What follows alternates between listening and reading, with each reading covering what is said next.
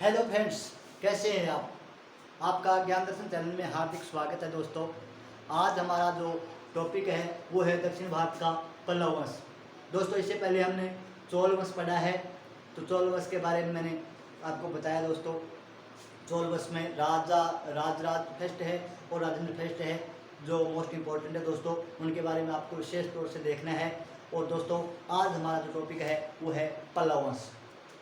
तो दोस्तों, आप सभी को हार्दिक शुभकामनाएं कि एग्जाम में आप अच्छे मार्क्स प्राप्त करें, आप एग्जाम क्रैक करें और दोस्तों जो आपकी गवर्नमेंट जॉब है वो प्राप्त करें।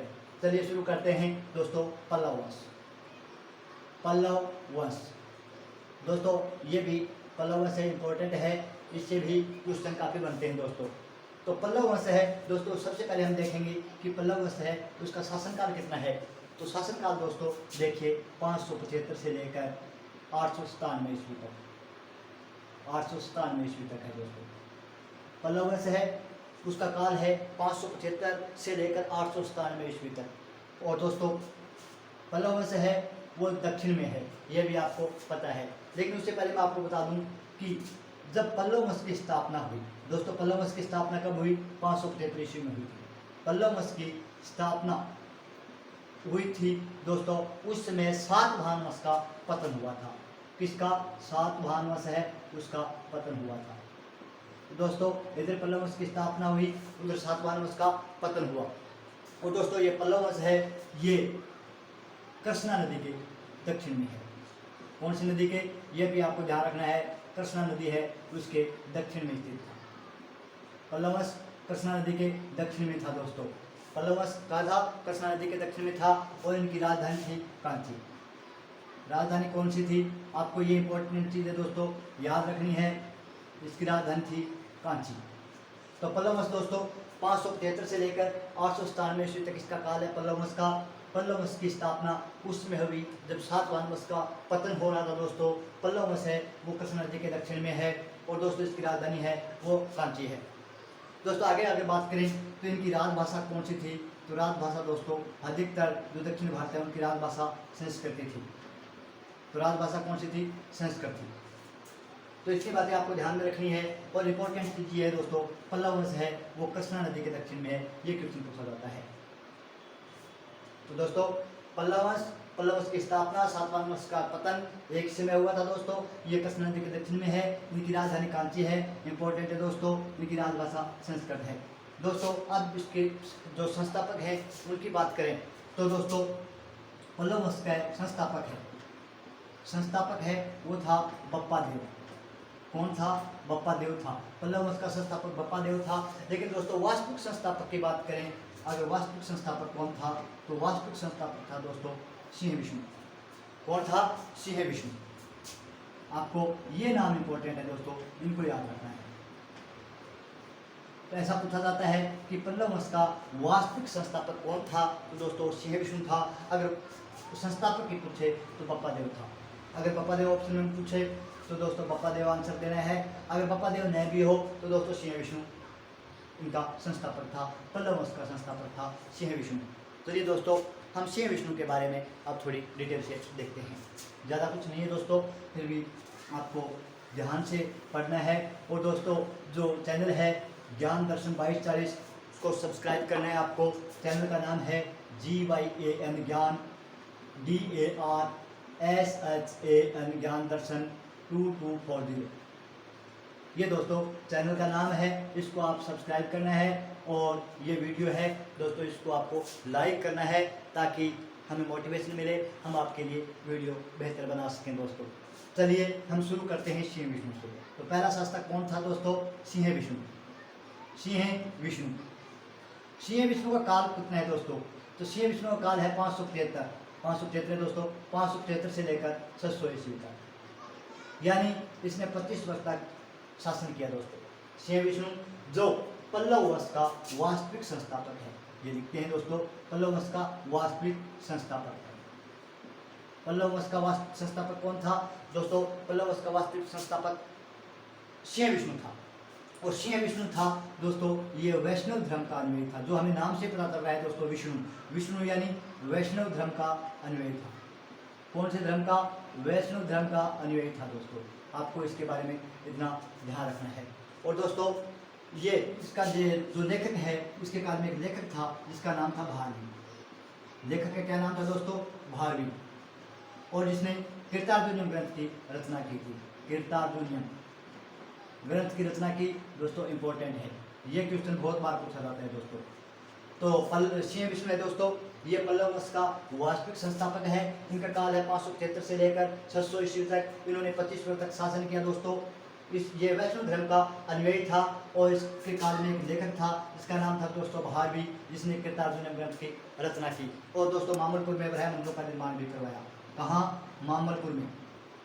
मामलपुर में वराह मंदिरों का निर्माण करवाया दोस्तों। वराह मंदिर है, उनका निर्माण करवाया था।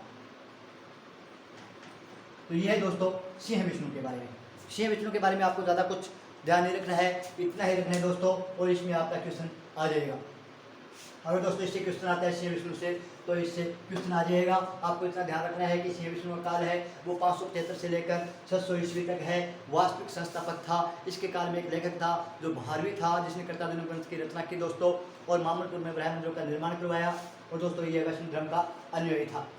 आपको इतना ध्यान में रखना है। चलिए दोस्तों हम अगले जो पल्लव वंश का दूसरा शासक था उसके बारे में पढ़ते हैं। तो दोस्तों पल्लव वंश का दूसरा संस्थापक था महेंद्रवर्मन फर्स्ट। कौन था दोस्तों? महेंद्रवर्मन फर्स्ट। दोस्तों इसका काल है 600 से लेकर 630 ईस्वी तक। 600 से लेकर 630 ईस्वी तक दोस्तों महेंद्रवर्मन का काल है। और दोस्तों महेंद्रवर्मन के बारे में बता दूं आपको कि ये एक अच्छा कवि भी था और संगीतज्ञ था दोस्तों। इसने ज़्यादा युद्ध नहीं किए दोस्तों, कवि था और संगीतज्ञ था। इसने एक ग्रंथ लिखा था जिसका नाम है दोस्तों, बहुत इंपॉर्टेंट ग्रंथ है, इसका नाम है मत विलास प्रहसन। दोस्तों ये इंपॉर्टेंट है, इसको आप अच्छी तरह से ध्यान रखिएगा। महेंद्रवर्मन फर्स्ट है, उसका काल है दोस्तों 600 से लेकर 630 ईस्वी तक, यानी 30 वर्ष तक शासन किया। ये एक कवि था और संगीतज्ञ था दोस्तों। इसने मत विलास प्रहसन ग्रंथ की रचना की थी दोस्तों। महेंद्रवर्मन प्रथम था, ये एक प्रकार में जैन अनुयायी था। कौन सा अनुयायी था? जैन धर्म का अनुयायी था। लेकिन दोस्तों एक तमिल संत था अपर। तमिल संत का क्या नाम था? अपर था। तमिल संत अपर के प्रभाव में आकर दोस्तों इन्होंने शैव धर्म को स्वीकार कर लिया, यानी भगवान शिव को मानने लग गया था। तो ये भी आपको ध्यान में रखना है कि महेंद्रवर्मन फर्स्ट है वो जैन धर्म का अनुयायी था, लेकिन तमिल संत अपर के प्रभाव में आकर शैव धर्म का अनुयायी बन गया था दोस्तों। चलिए दोस्तों इसके काल में एक जो महत्वपूर्ण घटना है वो बता दूं मैं कि चालुक्य शासक था दोस्तों। चालुक्य शासक था कौन दोस्तों? पुलकेशिन सेकंड, जिसका नाम बहुत इंपॉर्टेंट है चालुक्य वंश में दोस्तों। क्या नाम है? पुलकेशिन सेकंड। पुलकेशिन सेकंड था चालुक्य शासक। इन्होंने महेंद्रवर्मन को हरा दिया था दोस्तों। महेंद्रवर्मन फर्स्ट को हराया। और दोस्तों यहीं से पल्लव और चालुक्य युद्ध की शुरुआत हो गई।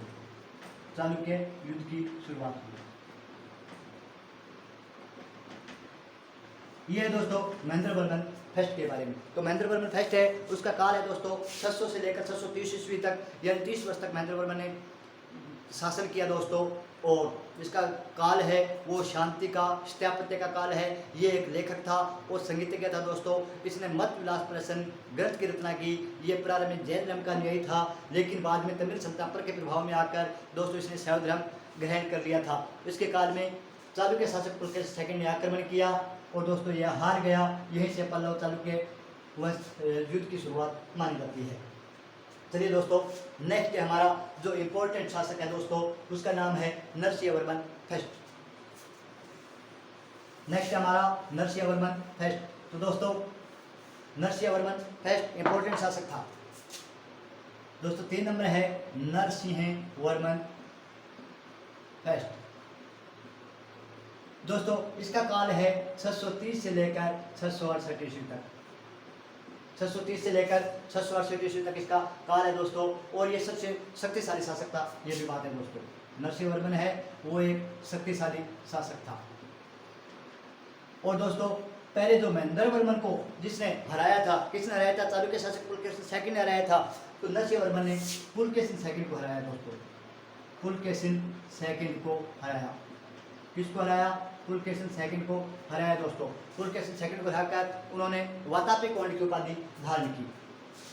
तो कौन सी उपाधि धारण की दोस्तों? ये इंपॉर्टेंट है, वातापी कौंड की उपाधि धारण की, वातापी कौंड की उपाधि धारण की दोस्तों, ये इसके लिए इंपॉर्टेंट है। नरसिंहवर्मन फर्स्ट दोस्तों 630 से लेकर 668 ईस्वी तक का काल है। ये सबसे शक्तिशाली शासक था दोस्तों। ये उसने पुलकेशिन सेकंड को हराया और वातापी कौंड की उपाधि धारण की दोस्तों। अब इसके बारे में आगे चलते हैं दोस्तों। इसने महाबलीपुरम में, ये भी इंपॉर्टेंट है दोस्तों, महाबलीपुरम में, कहाँ? महाबलीपुरम में रथ मंदिरों का निर्माण करवाया दोस्तों, रथ मंदिरों का निर्माण करवाया, जिसे दोस्तों एकासम मंदिर भी बोलते हैं। रथ मंदिरों के साथ क्या बोलते हैं? एकासम मंदिर बोलते हैं। और दोस्तों इनकी संख्या 7 है। रथ मंदिरों की संख्या कितनी है? संख्या दोस्तों 7 है। और इसी से सप्त पगोड़ा भी कहा जाता है, सप्त पगोड़ा का मंदिर कहा जाता है। ये दोस्तों इंपॉर्टेंट क्या है कि नरसिंहवर्मन सेकंड है, नरसिंहवर्मन फर्स्ट है दोस्तों। उसने महाबलीपुरम में रथ मंदिरों का निर्माण करवाया, जिसे एकासम मंदिर भी कहा जाता है दोस्तों। इनकी संख्या 7 होने के कारण इसे सप्त पगोड़ा भी कहा जाता है दोस्तों। इसके अलावा इसके काल में सबसे बड़ी जो घटना है वो चीनी यात्री हेनसांग, आपने नाम भी सुना होगा, चीनी यात्री हेनसांग ने कांची में प्रवेश किया था दोस्तों, कांची में प्रवेश किया था दोस्तों। आपको याद है तो हर्षवर्धन के काल में आया था हेनसांग। किसके काल में आया था? हर्षवर्धन दोस्तों, हर्षवर्धन के काल में हेनसांग आया था। हर्षवर्धन का काल है दोस्तों 606 से लेकर 647 ईस्वी तक। और दोस्तों ये 645 ईस्वी तक रहा था, यानी 629 ईस्वी में आया था और दोस्तों 645 ईस्वी तक रहा था। तो यहाँ 630 ईस्वी से लेकर 668 ईस्वी तक नरसिंहवर्मन का काल है दोस्तों। तो ये 630 और 45 के बीच में है दोस्तों। तो नरसिंहवर्मन फर्स्ट है, इसके काल में आया था, मतलब चीनी यात्री था इंसान, इसने कांची में प्रवेश किया दोस्तों। इसके काल में नरसिंहवर्मन फर्स्ट के काल में आया। किसके काल में था? हर्षवर्धन फर्स्ट के काल में आया, हर्षवर्धन के काल में आया था दोस्तों। हर्षवर्धन के बारे में आप जानते ही हो कि इनके पिताजी का नाम प्रभाकर वर्धन था, इनके भाई का नाम राज्यवर्धन था। और दोस्तों इसने संसार गोंड है जो बंगाल का, उसको मार दिया था, हत्या कर दी थी और कन्नौज को अपनी राजधानी भी बनाया था। हेनसांग इसके काल में आया था, जो नालंदा विश्वविद्यालय में रहा था दोस्तों। तो इसके बारे में अलग से हम पढ़ेंगे हर्षवर्धन के बारे में, लेकिन सबसे पहले नरसिंहवर्मन फर्स्ट के बारे में पढ़ लेते हैं दोस्तों। इसका काल है वो 630 से लेकर 668 ईस्वी तक है दोस्तों, यानी लगभग 38 वर्ष तक इन्होंने शासन किया, 38 वर्ष तक शासन किया दोस्तों। ये सबसे शक्तिशाली शासक था। उसने जो महेंद्र वर्मन फर्स्ट था दोस्तों, उसको पुलकेशिन सेकंड ने हराया था और यहीं से पल्लव चालुक्य युद्ध की शुरुआत हुई थी। तो दोस्तों नरसिंहवर्मन फर्स्ट शासक बना था, उसने पुलकेशिन सेकंड को हराया। और सबसे बड़ी इंपॉर्टेंट चीज़ है दोस्तों, इसने वातापी कौंड की उपाधि धारण की। कौन सी? वातापी कौंड की उपाधि धारण की। तो दोस्तों ये क्वेश्चन बार बार पूछा जाता है कि वातापी कौंड की उपाधि धारण किसने की? तो किसने की दोस्तों? नरसिंहवर्मन फर्स्ट ने। आपको इतना ध्यान रखना है, वातापी कौंड की उपाधि किसने धारण की? तो नरसिंहवर्मन फर्स्ट ने की दोस्तों। और इसने महाबलीपुरम में रथ मंदिरों का निर्माण करवाया दोस्तों, जिसे एकासम मंदिर भी कहा जाता है। और इनकी संख्या दोस्तों 7 है, इसलिए इसे सप्त पगोड़ा भी कहा जाता है। चलिए दोस्तों आगे सॉरी, अब आता है हमारा नरसिंहवर्मन सेकंड दोस्तों। नरसिंहवर्मन सेकंड दोस्तों, ये हमारा नरसिंहवर्मन सेकंड दोस्तों। नरसिंहवर्मन सेकंड पढ़ने से पहले मैं आपको बता दूं कि आप इस चैनल पे अगर नए हैं तो दोस्तों सब्सक्राइब कीजिएगा और वीडियो को लाइक कीजिएगा दोस्तों। इससे हमें जो मोटिवेट मिलेगा, इससे हम आपके लिए अच्छी वीडियो बनाएंगे दोस्तों। तो इसका काल है दोस्तों 700 से लेकर 728 ईस्वी तक। इसके बीच में दोस्तों और भी शासक आए जो ज़्यादा इम्पोर्टेंट नहीं है, इसलिए हम वही चीज़ करेंगे जो ज़्यादा इम्पोर्टेंट है, एग्जाम की दृष्टि से महत्वपूर्ण है दोस्तों। तो नरसिंहवर्मन सेकंड है, उसका काल दोस्तों शांति का काल था। शांति के साथ स्थापत्य का काल भी था, स्थापत्य का काल था दोस्तों। यानी ये नरसिंहवर्मन सेकंड है दोस्तों, ये शांतिपूर्वक शासक था। नरसिंहवर्मन फर्स्ट दोस्तों क्रोधी स्वभाव का था, इसीलिए इसने पुलकेशिन सेकंड को हराया और वातापी की उपाधि दान की दोस्तों। लेकिन नरसिंहवर्मन सेकंड है, उसका काल है 700 से लेकर 728 ईस्वी और शांति स्थापत्य का काल माना जाता है दोस्तों। इसके काल में 2-3 मंदिरों का निर्माण भी हुआ दोस्तों, जिसमें मुक्तेश्वर, बैकुंठ पेरुमाला दोस्तों।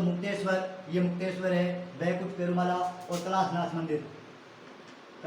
मंदिर का निर्माण भी हुआ दोस्तों। कैलाशनाथ मंदिर का निर्माण एलोरा गुफा में भी हुआ था, आपको याद है तो दोस्तों। जो राष्ट्रकूट काल की बात है, राष्ट्रकूट काल में कृष्णफेस्ट ने कैलाशनाथ मंदिर का निर्माण करवाया था दोस्तों। लेकिन हम यहाँ बात कर रहे हैं नरसिंहवर्मन सेकंड की, तो नरसिंहवर्मन सेकंड उसका काल है 700 से लेकर 728 ईस्वी दोस्तों। तो ये शांति और स्थापत्य का काल माना जाता है। इसने मुक्तेश्वर, बैकुंठ पेरुमाला और कैलाशनाथ मंदिर का निर्माण करवाया दोस्तों, जो द्रविड़ स्थापत्य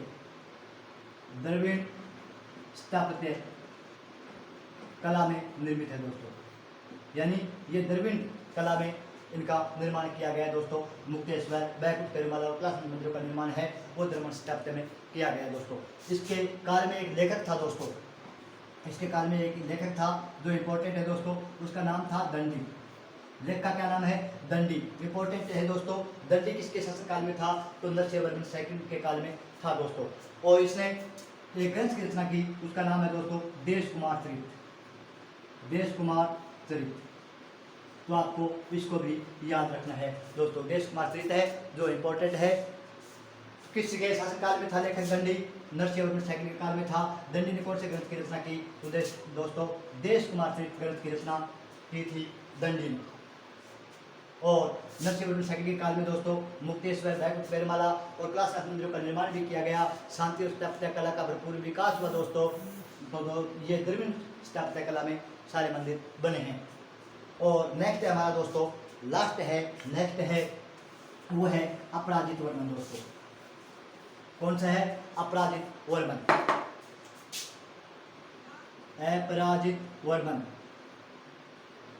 वर्मन दोस्तों लास्ट है। इसका काल है 879 से दोस्तों 897 ईस्वी। ये 897 ईस्वी लास्ट है दोस्तों। तो अपराजित वर्मन है, इसका काल है 879 से लेकर 897 ईस्वी। आपको ध्यान रखना है दोस्तों। तो ये अंतिम शासक था। कौन सा शासक था? ये अंतिम शासक था। तो ऐसा पूछ लिया जाता है कि जो पल्लव वंश है उसका अंतिम शासक कौन था? तो दोस्तों आपको बताना है अपराजित वर्मन पल्लव वंश का अंतिम शासक था, जो 879 से लेकर 897 ईस्वी का शासन किया दोस्तों। और इसके बाद जो चोल थे दोस्तों, चोलों ने इन्हें हराकर अपराजित वर्मन को हरा दिया दोस्तों और चोल वंश की स्थापना की। किसकी? चोल वंश की स्थापना हुई। यानी पल्लव वंश के बाद चोल वंश की स्थापना हुई दोस्तों। आपको ये याद रखना है कि पल्लव वंश है, उसके बाद किसकी वंश की? चोल वंश की स्थापना हुई। ये भी आपको ध्यान में रखना है दोस्तों। ये था हमारा पल्लव वंश। आपको मैंने बता दिया कि 573 से लेकर 897 ईस्वी तक इसका काल है दोस्तों। ये कृष्ण नदी है, उनके दक्षिण में स्थित है। इनकी राजधानी कांची थी दोस्तों। राजभाषा संस्कृत थी। इसका संस्थापक बप्पा देव था। वास्तविक संस्थापक सिंह विष्णु था दोस्तों। सिंह विष्णु जो वैष्णव धर्म का अनुयायी था, आपको पता है। और इसके काल में एक लेखक था भारवी, जिसने कृतार्जुनीयम ग्रंथ की रचना की और मामूलपुर में वराह मंदिरों का निर्माण भी करवाया दोस्तों। इसके बाद आया दोस्तों महेंद्रवर्मन फर्स्ट, जिसका काल है 600 से लेकर 623 ईस्वी तक। ये कवि और संगीतज्ञ था दोस्तों। इसने मत विलास प्रश्न ग्रंथ की रचना की, सबसे इम्पोर्टेंट है। और ये प्रारंभ में जैन धर्म का अनुयायी था, लेकिन तमिल संत अपर के प्रभाव में आकर दोस्तों इसने जैन धर्म स्वीकार कर लिया था, शैव धर्म स्वीकार कर लिया। तो जैन धर्म था ही, शैव धर्म स्वीकार कर लिया था दोस्तों। और चोल के शासक पुलकेशिन सेकंड है, उसने इसको हरा दिया था महेंद्रवर्मन फर्स्ट को। और यहीं से पल्लव चालुक्य युद्ध की शुरुआत हुई दोस्तों। उसके बाद नरसिंहवर्मन फर्स्ट आया, जिसने पुलकेशिन सेकंड चालुक्य उसका शासक था, उसको हराकर वातापी की उपाधि दान की, जो इम्पोर्टेंट है दोस्तों। और इनके काल में हिंसा, जिसने कांची की यात्रा की थी। और इसके बाद है नरसिंहवर्मन सेकंड दोस्तों। इसका काल है वो शांति और स्थापत्य का विकास हुआ दोस्तों। इसने बैकुंठ पेरुमाला कैलाश राज मंदिर है दोस्तों। इनका निर्माण द्रविड़ स्थापत्य कला में हुआ, द्रविड़ शैली में हुआ। और दोस्तों इसके काल में एक लेखक था दंडी, जिसने देश कुमार चरित्र की रचना की। और लास्ट है हमारा दोस्तों अपराजित वर्मन। ये क्वेश्चन बहुत बार पूछा जाता है कि पल्लव वंश का अंतिम शासक कौन था, तो वो दोस्तों अपराजित वर्मन था। 879 से लेकर 897 ईस्वी तक अंतिम शासक था। इसके बाद चोल शासक हैं, उन्होंने पल्लव वंश को हराकर दोस्तों चोल वंश की स्थापना कर ली थी। दोस्तों आज के लिए इतना ही। जय हिंद, जय भारत। फिर मिलेंगे दोस्तों। ज्ञान दर्शन चैनल को सब्सक्राइब करें और वीडियो को लाइक करें। धन्यवाद।